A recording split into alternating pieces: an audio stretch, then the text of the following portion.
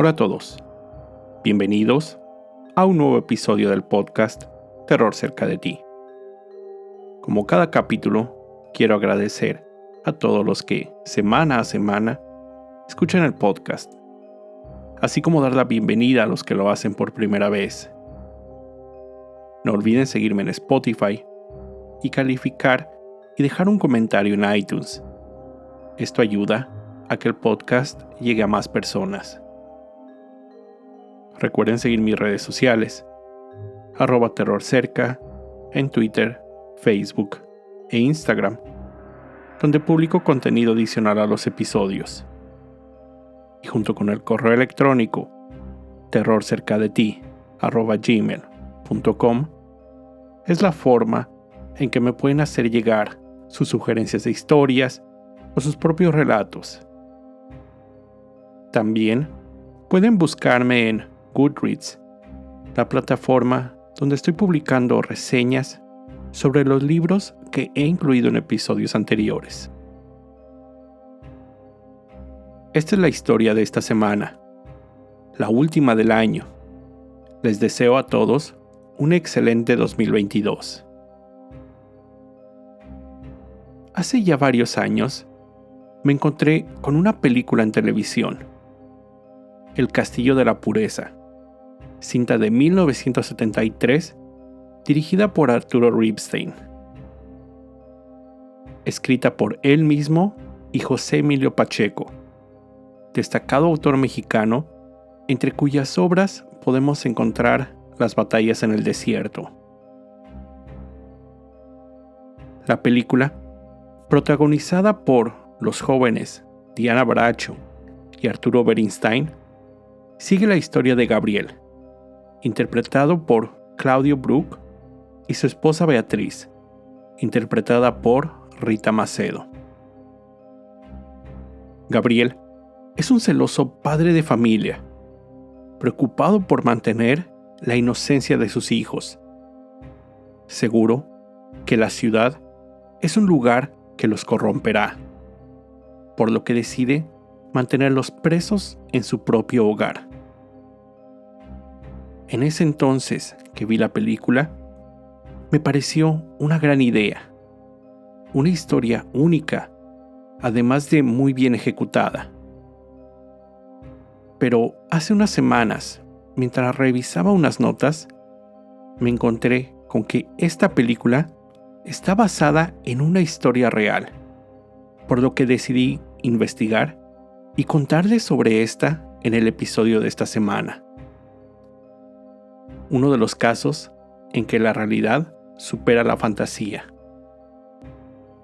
La historia se convirtió en una de las más famosas de la nota policíaca en la época. Y debido a que la historia fue cubierta por muchos medios, los hechos se han vuelto contradictorios con el paso de los años, haciendo que la verdadera historia sea difícil de descubrir.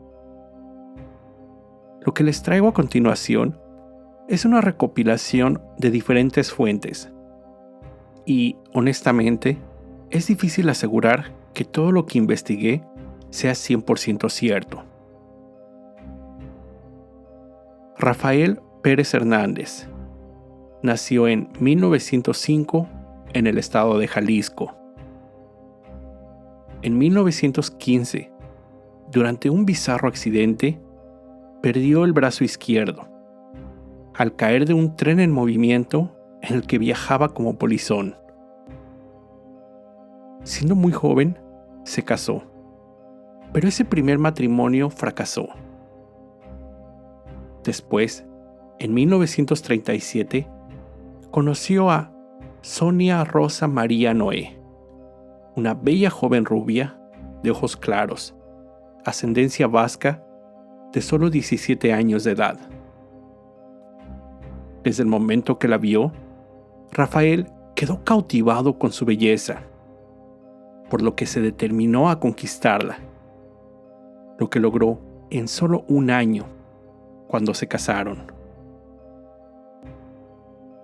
Su vida por los siguientes años fue normal.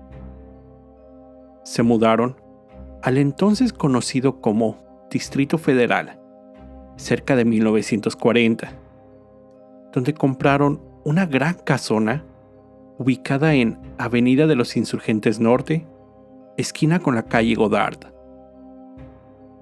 La casa era una propiedad grande, con altas paredes y pesadas puertas, amplias ventanas y con unas grandes macetas visibles desde la calle, por lo que el inmueble era conocido por los vecinos como la Casa de los Macetones.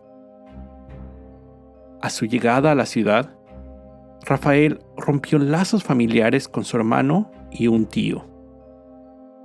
Él era un asiduo lector de obras filosóficas de diferentes corrientes, con lo que se asumió como un libre pensador, convencido que el mundo era un lugar contaminado. Fue después de esto cuando las cosas comenzaron a cambiar. Del matrimonio nacieron 6 hijos, a quien Rafael nombró como indómita, libre, soberano, triunfador, bien vivir y la pequeña bebé libre pensamiento.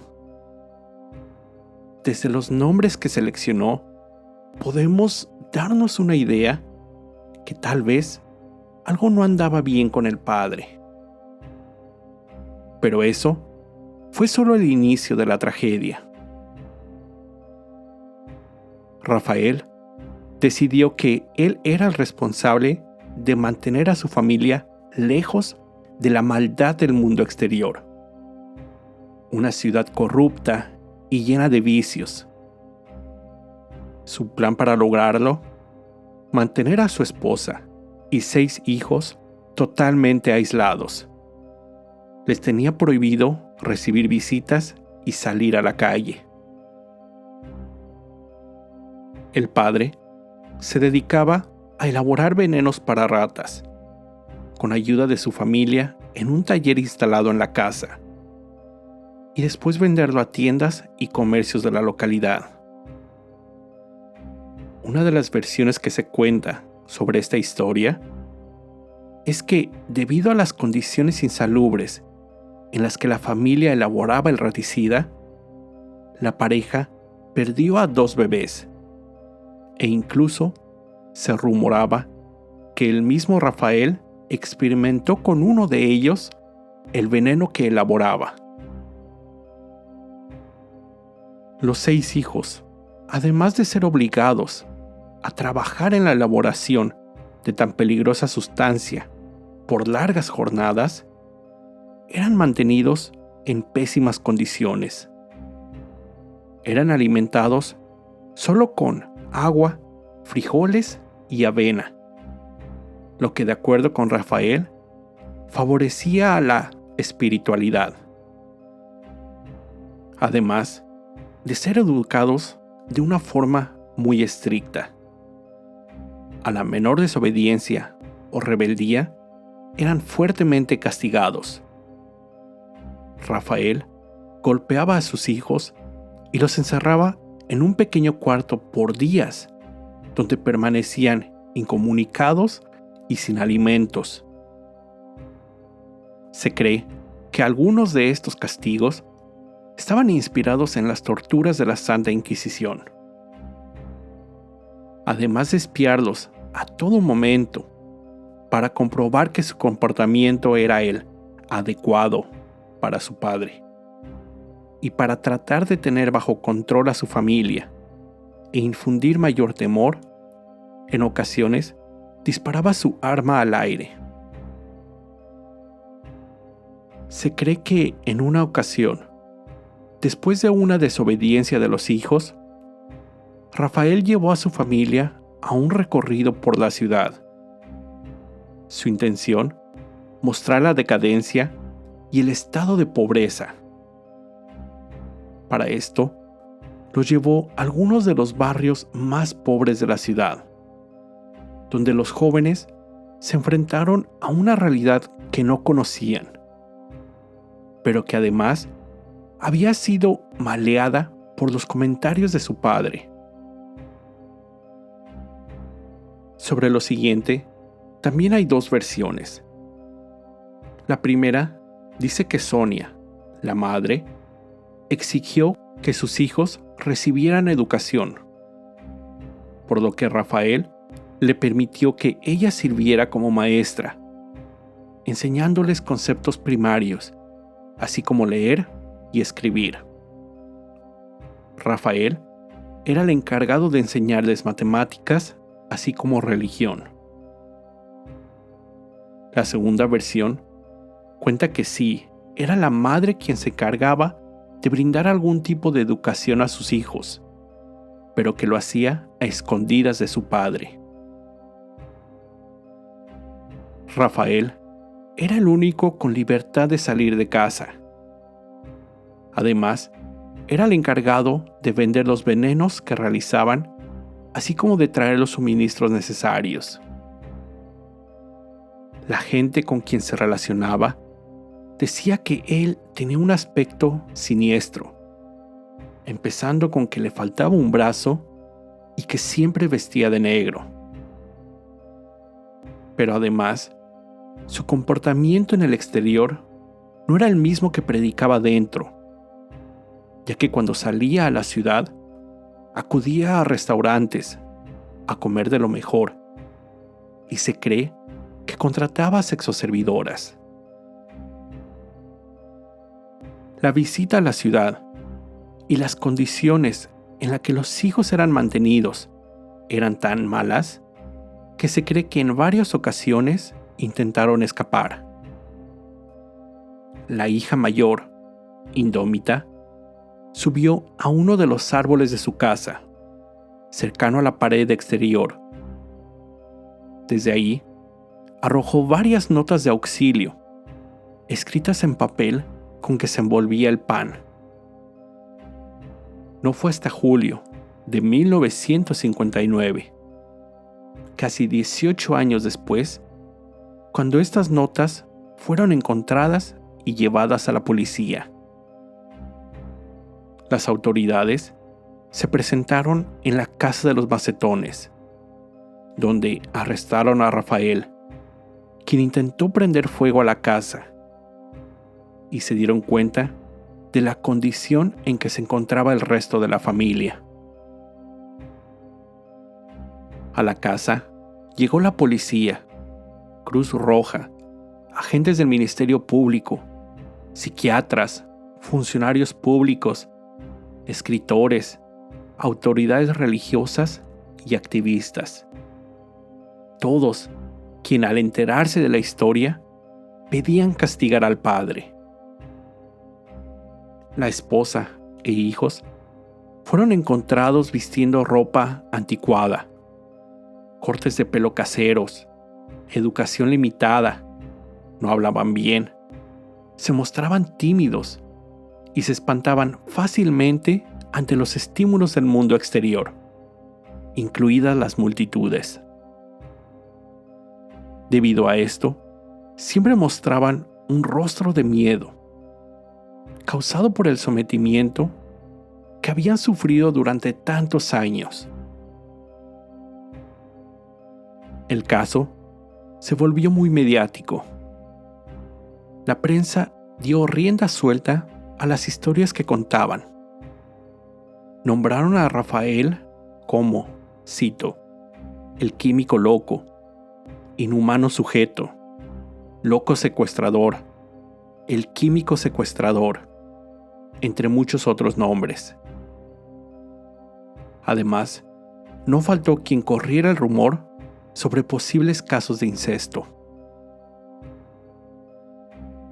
La policía detuvo a Rafael y fue enviado al Palacio Negro de Lecumberri, acusado de privación ilegal de la libertad, portación ilegal de arma de fuego y de someter a su familia a trabajos forzados, entre otros varios crímenes. Durante la investigación, Rafael se declaró inocente. Él aseguró que sus hijos nunca estuvieron recluidos en su propia casa. Pero durante los cateos, el diario Crónica señala que después de la declaración de uno de sus hijos, Rafael le dijo, cito, «No mientas, librecito, me estás perjudicando con eso que dices y sabes que es falso», dirigiéndose a su hijo de 15 años, quien no cambió su declaración. Pero como les decía, el caso está lleno de múltiples incongruencias y hechos contradictorios.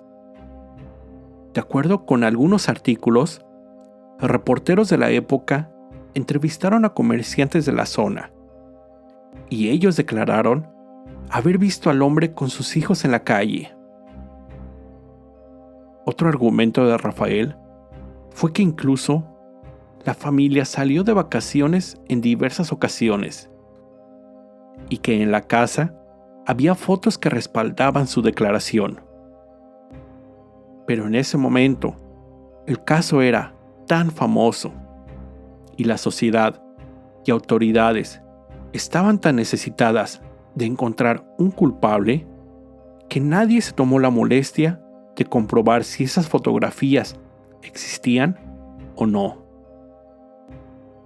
Otras fuentes aseguraban que los vecinos declararon que las hijas tenían amigos con los que se reunían y además ayudaban a su padre a realizar compras y cargar la mercancía. Durante la investigación, se encontró un sistema de espejos y mirillas dentro de la casa. La nota roja determinó que este era usado para espiar a la familia. Pero hay quienes dicen que Rafael, consciente de su discapacidad y preocupado por mantener a su familia segura, instaló ese sistema con el fin de vigilar la casa.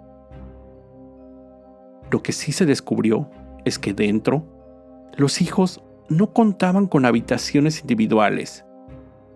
Todos vivían en una gran habitación localizada en el sótano del inmueble. Con el paso de los años, Rafael incluso declaró que todo era una historia inventada por su esposa e hijos para quedarse con el dinero que había ahorrado durante toda su vida. En otras versiones, se dijo que él nunca sintió remordimiento por sus acciones. Lo que se sabe es que la familia mostró preocupación por Rafael, ya que su esposa e hijos lo visitaban frecuentemente en Lecumberri. Sonia declaró que lo seguía queriendo tanto como el primer día, además de darse cuenta que, sin el padre, no sabían valerse por sí mismos. Sin embargo, la presión que sufría Rafael era muy intensa. Imagino los castigos a los que fue sujeto dentro de la prisión. La tristeza y desesperación finalmente rindieron cuentas ante el acusado. Un día de noviembre de 1972, robó una cuerda y se ahorcó en su celda. Su familia guardó luto por meses. Finalmente, los hijos fueron repartidos en diferentes orfanatos, cuando su madre no pudo encontrar una forma para mantenerlos. La casa fue abandonada. Actualmente ya no se encuentra en pie, ya que fue derribada hace varios años. Este caso sirvió como inspiración para diferentes obras, como el libro La carcajada del gato, de Luis Espota, del 64, así como la puesta en escena Los motivos del lobo, de Sergio Magaña, de 1965.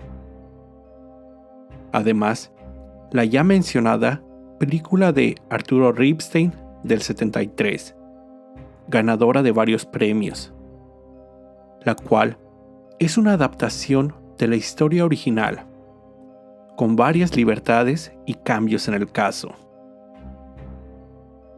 Y más recientemente, en el 2009, el director griego Georgios Lanthimos estrenó la cinta Kynodontas, usando un tema muy similar. De acuerdo con Arturo Bernstein, quien interpretó al hijo en la cinta, supo que una de las hijas del matrimonio real se desempeñó como vedette, bailarina exótica, y uno de los hijos fue maestro de teatro, a quien conoció personalmente y dice haber tenido la impresión que no sufría de algún trauma de manera obvia. En una entrevista realizada al director, Arturo Ripstein, él contó sobre el impacto de su película, además de la siguiente historia. Cuenta que hace varios años, en la Ciudad de México, sucedió el caso de una madre con su hijo, quienes juntos tenían captivas a 4 o 5 mujeres jóvenes. La madre e hijo obligaban a las chicas secuestradas a producir pequeños paquetes con los ingredientes necesarios en la elaboración del pozole, los cuales después eran vendidos en mercados. Las jóvenes recluidas tenían como única diversión poder ver una película los sábados por la noche en la televisión. Una de estas noches, tuvieron la oportunidad de ver la cinta El Castillo de la Pureza. Al verla, les surgió una idea. Comenzaron a incluir en los paquetes que elaboraban notas donde decían que estaban secuestradas y necesitaban ayuda. Finalmente, estos mensajes fueron descubiertos y reportados a las autoridades, quienes liberaron a las jóvenes. Este caso también fue cubierto por los medios, y fue así como Ripstein supo de él. El cineasta se muestra afortunado y agradecido que su cinta ayudó a la liberación de las jóvenes, y termina su entrevista con esta línea, cito: "Eso es cine social, en su esencia más clara, más demencial y menos pensada". Con esto, llego al final de este episodio. Como siempre, te recuerdo estar alerta de todo lo que pasa a tu alrededor, ya que el terror está donde menos te lo esperas. El terror está cerca de ti. Cuando el miedo se convierte en terror, hay una historia que contar.